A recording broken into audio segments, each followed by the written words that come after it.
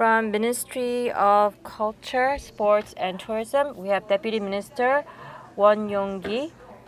He is in charge of movies, animation, game, music, pop culture, fashion, entertainment. His department is in charge of developing the infrastructure, professional experts, and also to protect IPR as well as help support industries from making inroads in overseas markets. We also invite our second panelist to the stage, CEO Tae Sung-jung, CJENM Pictures. He has been part of the Busan Film Festival and Genesis, and most recently CJENM was the first Asian company to be able to dedicate 8 pictures to the Harvard Movies Archive, and he is a leader in developing the motion picture industry in Korea. We also have with us Mr. Hyung-jun Kim, senior producer of Korea Broadcasting System. He has been instrumental in developing new types of programs, and A Song for You was his latest success, where it is a program that invites viewer participation. We also have Emmanuel Pastrich, professor of Kyunghee University. He also has a Korean name. It's Lee Emmanuel, and he is currently the vice professor of international affairs of Kyunghee University. He's also head of the Asian Institute as well. I ask the panelists to take your seats.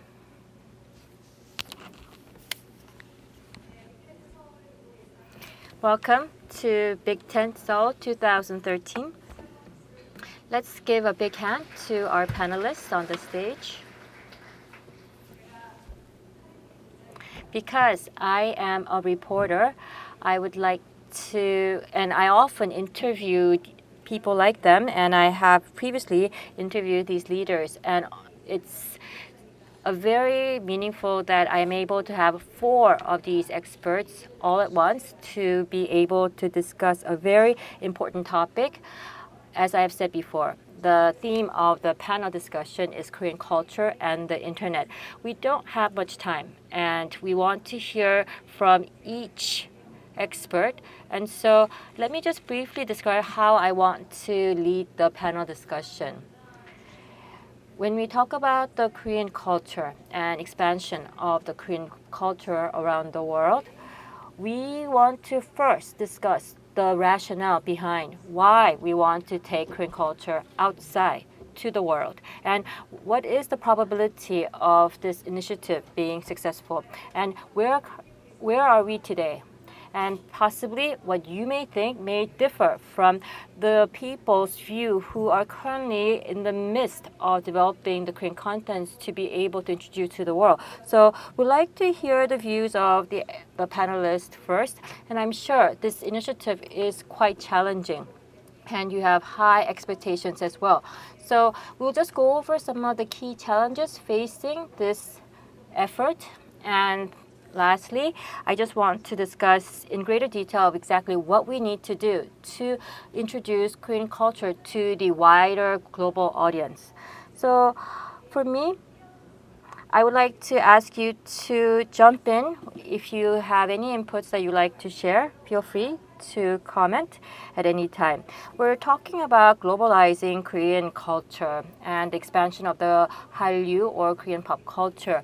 And why is it meaningful that we are discussing Hallyu or Korean pop culture today? It has significance to the Koreans, but at the same time, we also have global users also consuming Korean content as well. So let me first ask Deputy Minister Won, and a white paper was published by regarding Hallyu or the Korean pop culture, Korean wave. And so I'm just wondering, since Mr. Won, you're in charge of also globalizing Korean cultural contents, what do you focus on?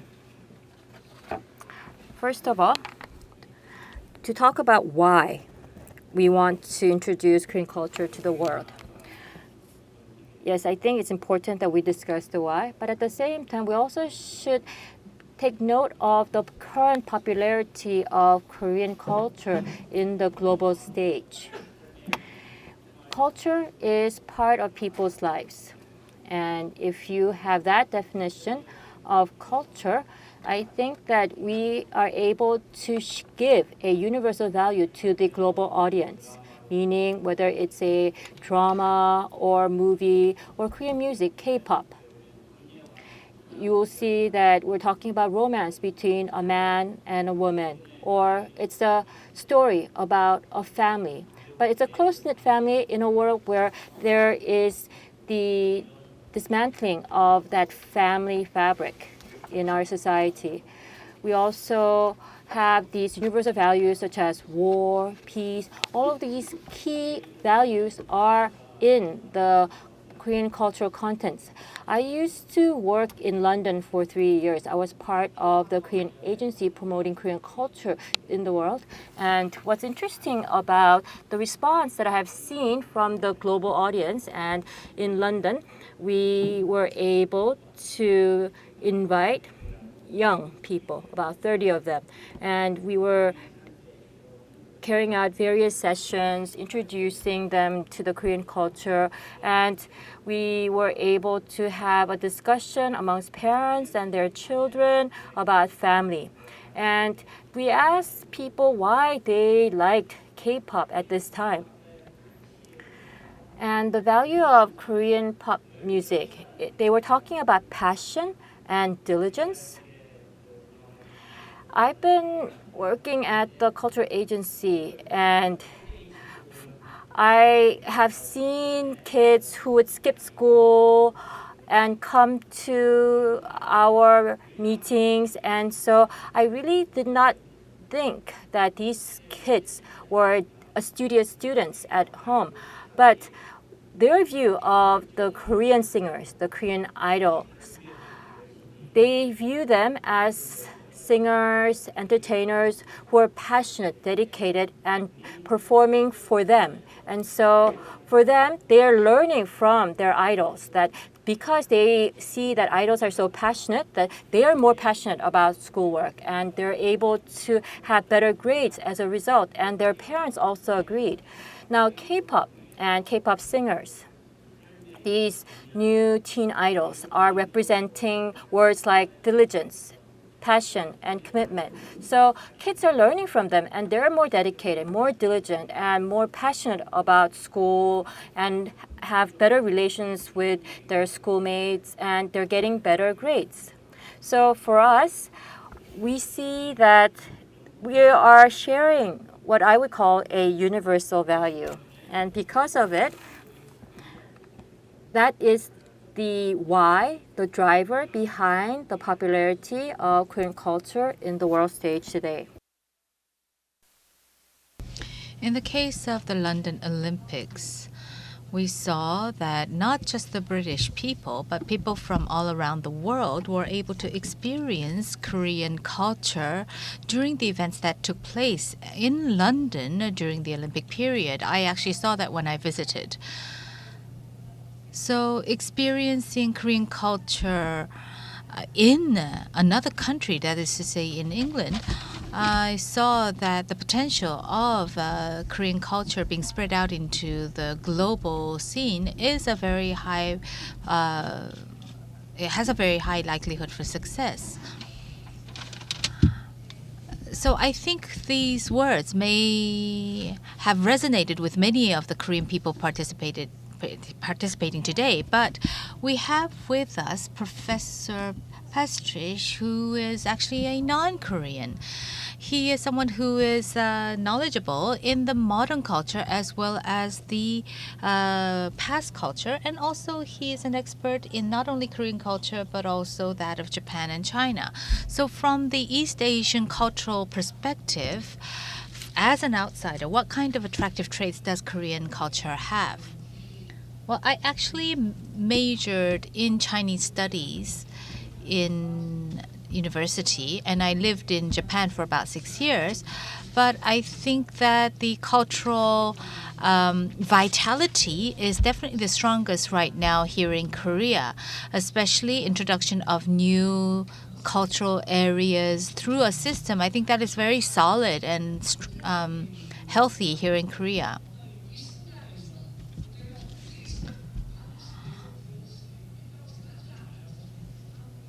I believe that for the next 5 years or so, Korea has a very excellent opportunity that it needs to seize.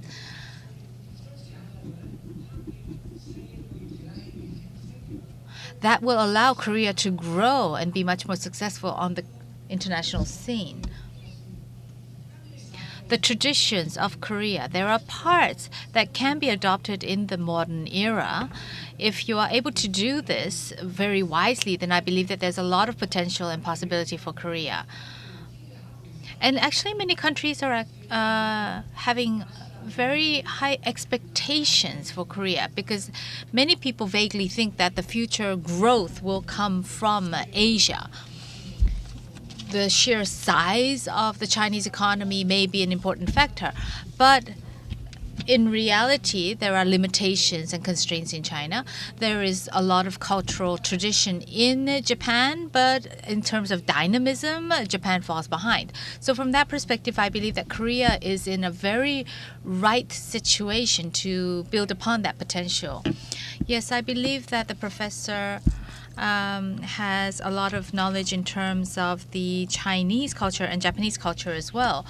But I think that Professor Petrus has also written a book quite recently promoting the areas of the Korean culture that even many Korean population do not understand fully. And he mentioned that this is truly an opportunistic time. So I think that's very meaningful. Now I'd like to ask the other two gentlemen. What is the current status of Korean pop culture? And my first question is to Kim Hyung-ju. Your program, A Song for You, was a new attempt for your broadcasting station, KBS. And so you were able to get feedback from outside Korea. So what do you think? We're here talking about Korean culture. And we have to make the distinction whether we're talking about traditional culture or contemporary culture. And I deal mainly with the modern contemporary culture. And we can't really call this only Korean. We have new technology, mobile phones, and kids who are using mobile phones, whether it's Korea, Japan, US, elsewhere, they have a way of communicating with each other, and they need to have something that brings people together. And so whatever the reason may be, and I don't have any scientific data to support my talk, but for the generation, the mobile generation, K-pop has become a trigger of bringing these people together. So in developing this program, A Song for You, what we looked at was that young people are turning away from the broadcasting programs. In the past, people always tuned in at a certain time to listen or see a certain show. But with digital technology, people are turning away and away from a given set broadcasting program. And they want to actually decide when and where they are consuming cultural contents. So under this backdrop, we had to think of the development of the contents that would appeal to the new group of audience that had been emerging as a result. And so what we did was we had a very popular Korean singer, and the Korean singer will introduce Korean food. So because Korean music was popular, we thought that if we had a popular singer introduce Korean food, it would be popular as well. And that person would walk through the cooking show to show how the Korean food was made. But there wasn't that freshness, the newness that people would appeal to. And so what we looked at was all the replies of all the global viewers. And many people were concerned less about the food then, but the singer. It was a male singer. And they talked about how good the food would taste because that singer was the one who was actually preparing that dish.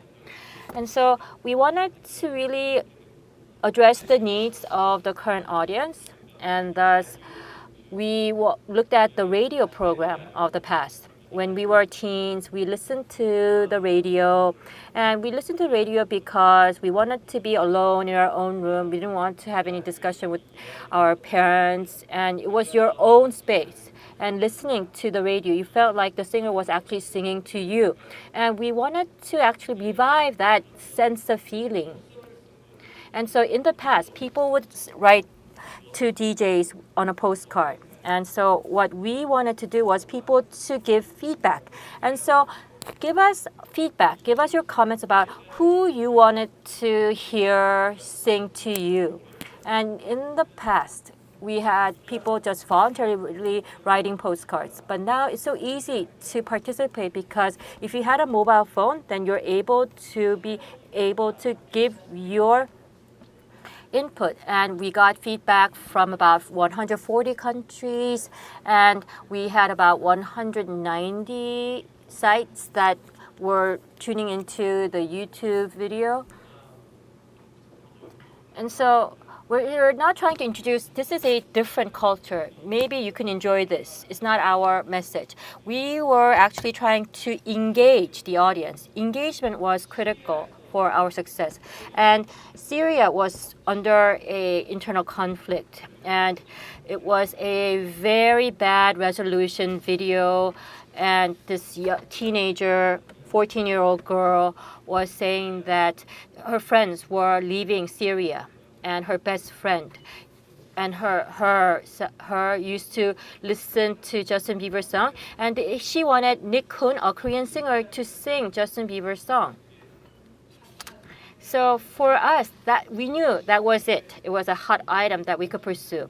And then we had another message coming in from the US, and this person left Syria. And it was that friend that the Syrian 14-year-old girl was talking about, her best friend who had left Syria. And so Syria was under great threat, and her friends' lives were threatened, and she was thinking about her friends left behind in Syria, and she wanted to listen to that song. And so Nick Hun did sing that Justin Bieber song. What was interesting is that we posted this on our Facebook, and teenagers around the world were giving these two Syrian girls, one in Syria and one in the US, messages of encouragement for them to stay close, stay friends. And then this created a community of their own. And within that community, they were able to engage in various dialogues. So what happened in the end is that it's important to emphasize Korean content, Korean culture. But we're contemporaries, meaning that the people today want to communicate with each other. And they need to have a medium to connect to so that they can communicate. And this medium should allow you to put your input in. So what you just mentioned are areas that were not things that you had planned on in the beginning, right? No, yes, that's correct. These were areas that we were concerned about. Did you have anything that you wanted to add? No. So if I may summarize, I think there were many contents that were discussed, but through the program A Song for You, what Mr. Kim experienced was 140 countries sending messages and responses about the program and through the program. And the fact that the main point of popularity for Hallyu is not the songs or culture, but it's the idols or the singers, the popular celebrities. And by making use of these celebrities, you are able to create a community among the contemporaries on their own. For example, that story that you told us about the two girls of Syria, creating and promoting communication and facilitating that communication. I think that is what you mentioned as being the main points. For Mr. Chung, I think you are involved in the spreading of Korean wave in another aspect. I think the producer, Mr. Kim, mostly focused on the contents, while Mr. Chung is also dealing with contents in the form of Korean films, but at the same time, you have a more managerial approach because you're involved in the business side of promoting Korean cultural products. Yes, actually, during my 20 years of experience in this field, when I look back, from the Korean audience's perspective, looking at the 1950s and the 60s, there were many fans of Japanese film at that period. And then also we saw that era of focusing on Chinese films. And then it moved over to the Hong Kong movies with Chow Yun-fat and many other major Hong Kong stars like Leslie Chang. We saw that happen in the period of Jackie Chan also. And we see that transition going from region to region. For Korean films and Korean culture, we had always had the question whether that would be possible for Korean culture and Korean films. That was maybe 10, 15 years ago.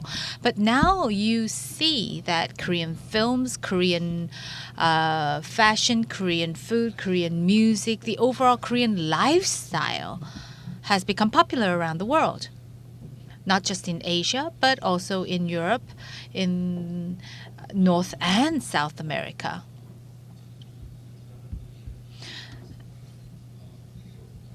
Even Islam countries, where we have to wonder whether culturally this will create some kind of an understanding for them or will resonate with them.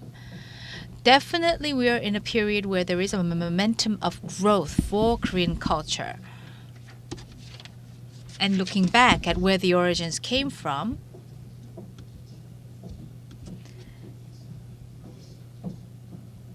I don't think that there are any industries around the world where a local or domestic market strength was not there, but you had a global strength. That did not exist.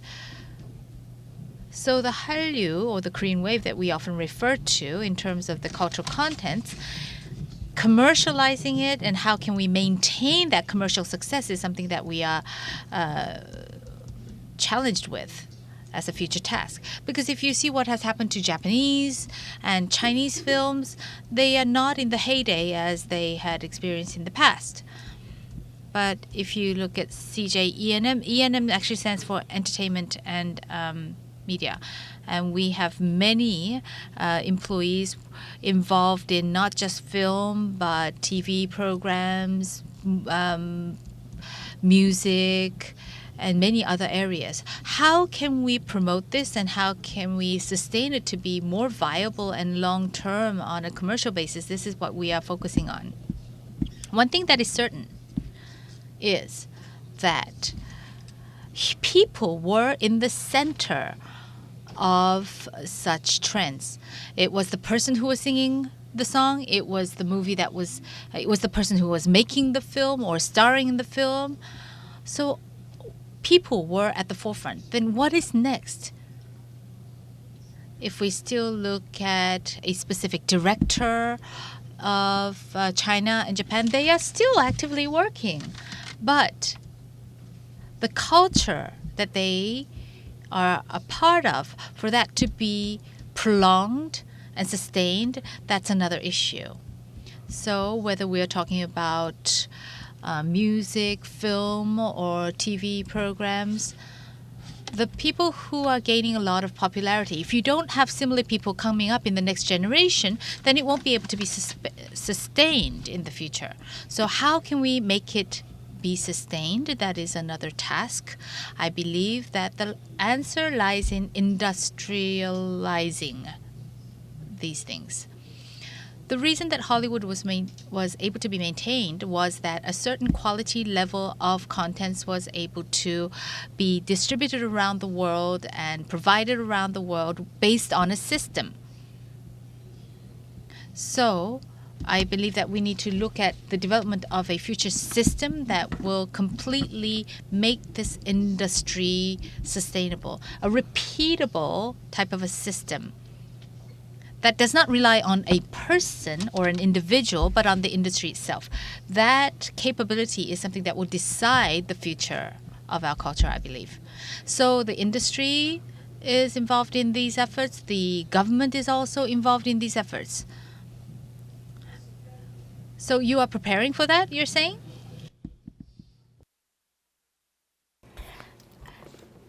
So, can you tell us what's happening here? I would have to say that people are at the center. I fully agree to this. And the most valuable asset that we have are our people, Koreans. And our people. And when we talk about creative economy, we talk about creativity, imagination, and touching people's emotions. Now, those things have to come alive in order for us to be very successful in the new creative economic era. Now, I think that we have to clearly differentiate creativity with geniuses. It's through a structured system of development that people can have creative thoughts, creative perspective.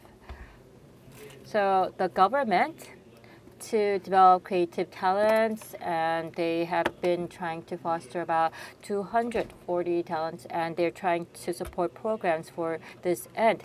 But as people are moving through this industrialization phase, and every time you're trying to do something new, a new attempt, then people have to be at ease or comfortable in trying new things. Whether we're talking about TV programs, dramas, movies, or if we look at how we produce a program, we have the writers and we have other people, and we have to understand what is taking up the most cost. If it's a celebrity that's actually taking up the most of the cost, and most of the staff working for a program gets paid very little, then that's not going to be a sustainable model. And so the role of the government is to look at not just providing the infrastructure and the institution, but at the same time look at the market and look at the people who are working in the industry, and to be able to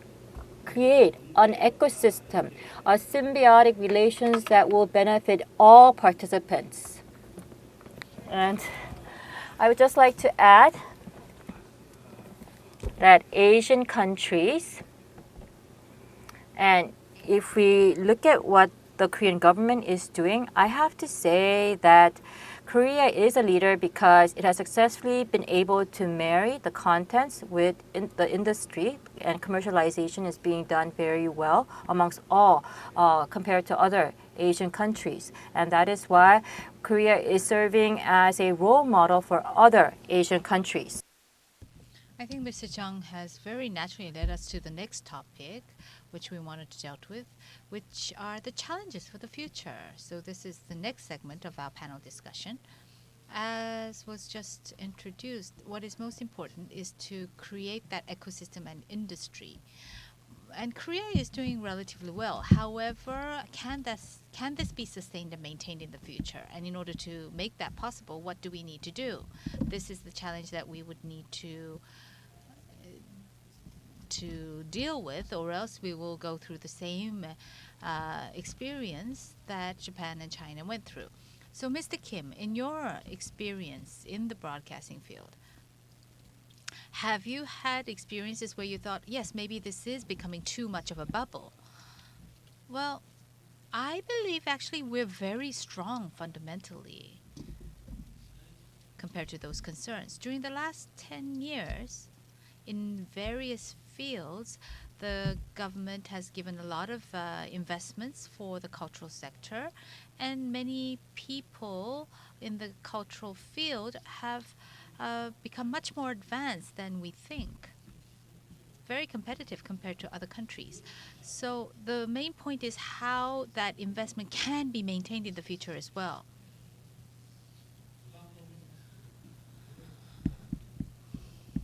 It's not going to be very feasible or easy for us to continue to ask the government to pay up all the time regarding this.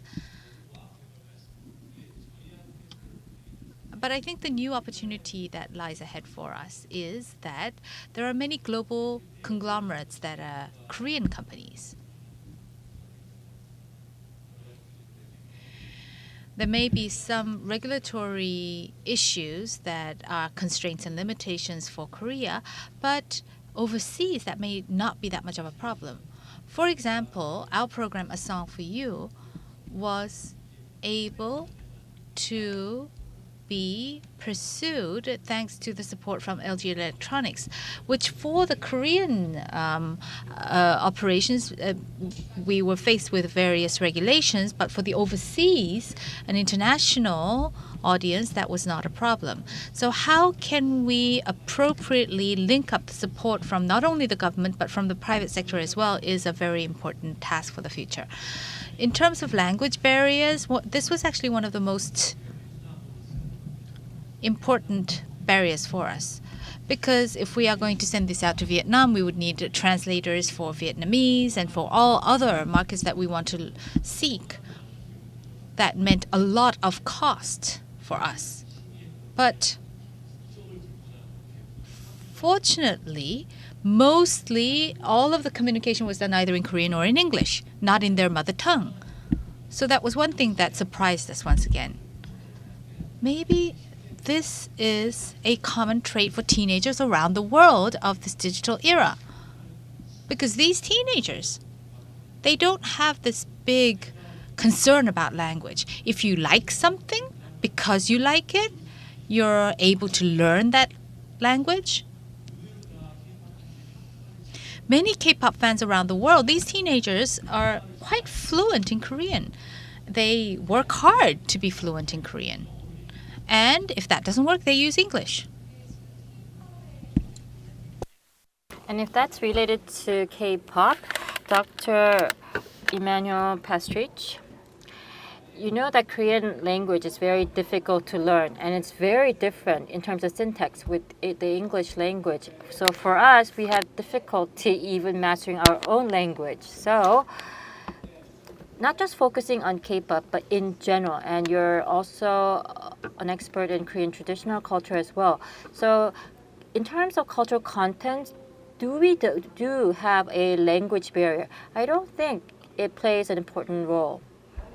For me, the Korean wave up to now has been a major success. But in the future, as we look at Korean cultural influence around the world, I think that you should reshift your focus to the Korean traditional culture. For example, let's say a small village in Africa, and there's this man or woman, and that person will say that they want to be the Gandhi of Africa. And for example, nobody says that they want to become King Sejong of Africa, because in Africa people can associate themselves with Gandhi but not King Sejong. Gandhi is a world famous name, whereas the King Sejong has not been successfully translated into their cultural context. Or whether we're talking about Korean traditional scholars like Chung Ya-kyung, they don't know. The world does not know. So people in Latin America, they know the leaders and the famous people, but nobody will know Chung Ya-kyung, for example, in Latin America. And so I think that that's something that one has to work at. This is a completely new horizon that we have not been able to look into, that the professor has mentioned to us. It is true. I think many people in Korea, when we talk about globalization a lot, they tend to think about the UK, the US, or France. And for those areas, the government is very active in trying to find ways to be successful in the global market. However, in your book, it is mentioned that Korea, in the future, looking at Malaysia, Indonesia, Philippines, Nepal, or Mongolia, because Korea can be a role model, we have to do things very well.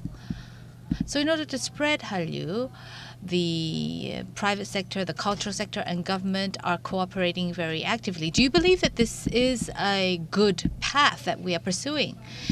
Yes, but there are many tasks left. More ethical, more moral contents are required for a good society. I think Korea is doing this already. Many young Koreans are doing volunteer work outside of the country. There are many types of good things that are going on, and that's all part of Hallyu, I think. That is something that I want to applaud. But back in the 60s in the US, there was also the Peace Corps. And the Peace Corps had a big contributing role to play in terms of spreading American culture on a worldwide basis. Not just the US, but I think Korea is doing that more or less in similar ways. So I think that it would be nice to see many people working for a cause, and that effort will be included in the Korean wave as well. So not just K-pop. Yes, well, I like K-pop, but in the future, I think we need to be more extended in terms of the areas that we can touch.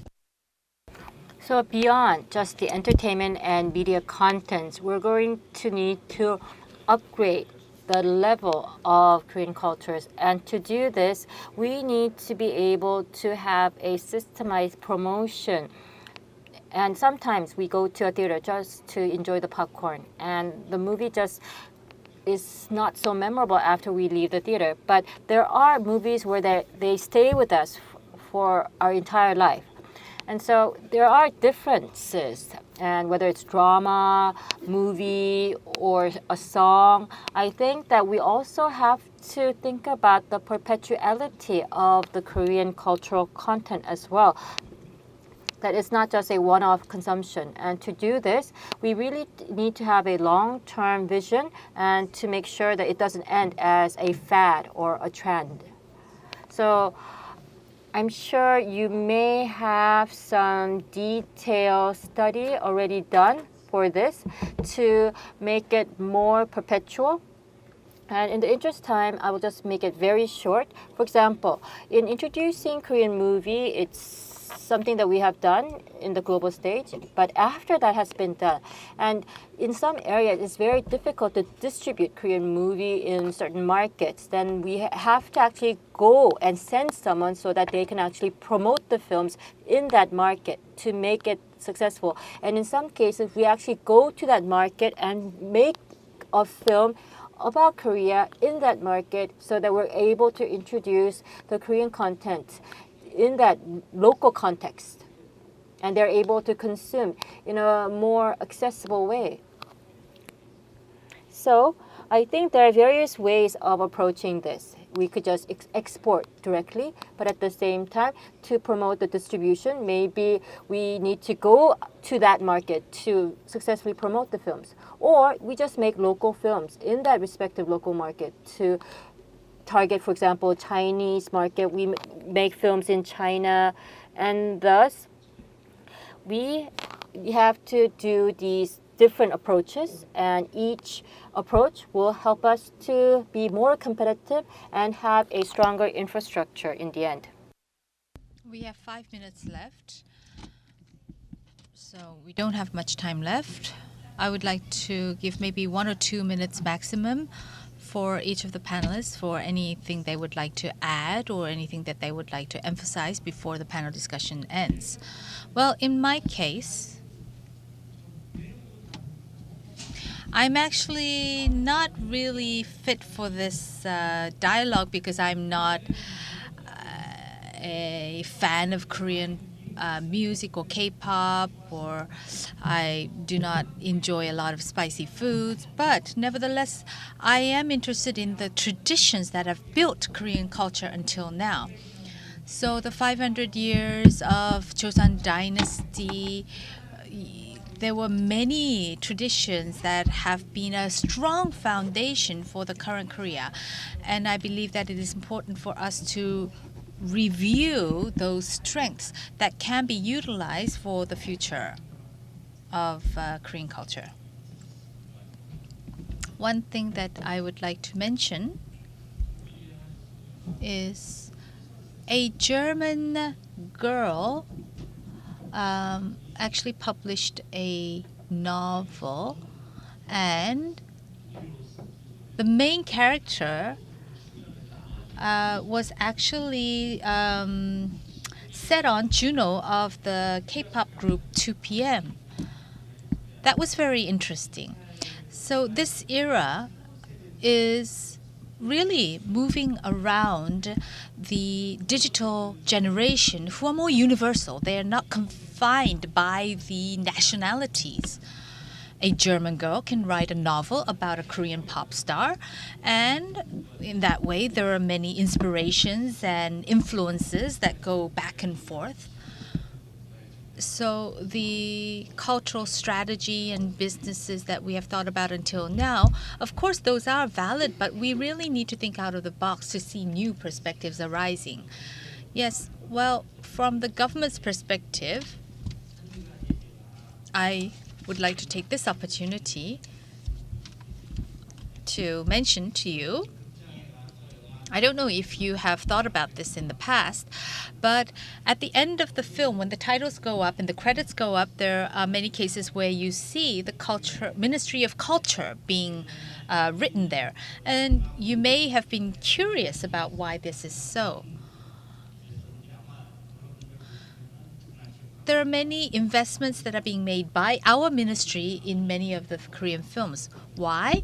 Because we want to make certain that the government's role be fully fulfilled. That is to say, in terms of the funding of the Korean films, at least 50% or more of the Korean films have to receive external funding. And that is why at the credit line you often see the Ministry of Culture written there. In terms of allowing the world to learn more about the Korean alphabet, Hangul, and the history behind that, well, we actually are involved in those efforts as well. But as a supporter, we're not out there in the forefront, but we are definitely the supporter in those activities. During the last 45 minutes, we have had a short but very interesting panel discussion session with our 4 experts up here on stage. Looking at the Korean wave, the current state, the past, and the future, I hope that you have been able to gain some insights. And one of the main common things that were put forward by the experts was the future growth of Korean culture. And I believe you here are the people, because people are in the center of all of these efforts. So all our participants here will be the main force in developing this further in the future. So whether it be visible efforts, people out there on the forefront, or people supporting us, I believe that the value of Korean culture will be able to be promoted through all of our efforts. And it is also thanks to the internet technology that will make this possible. So I hope that we can count on your cooperation and efforts in the future as well. Thank you.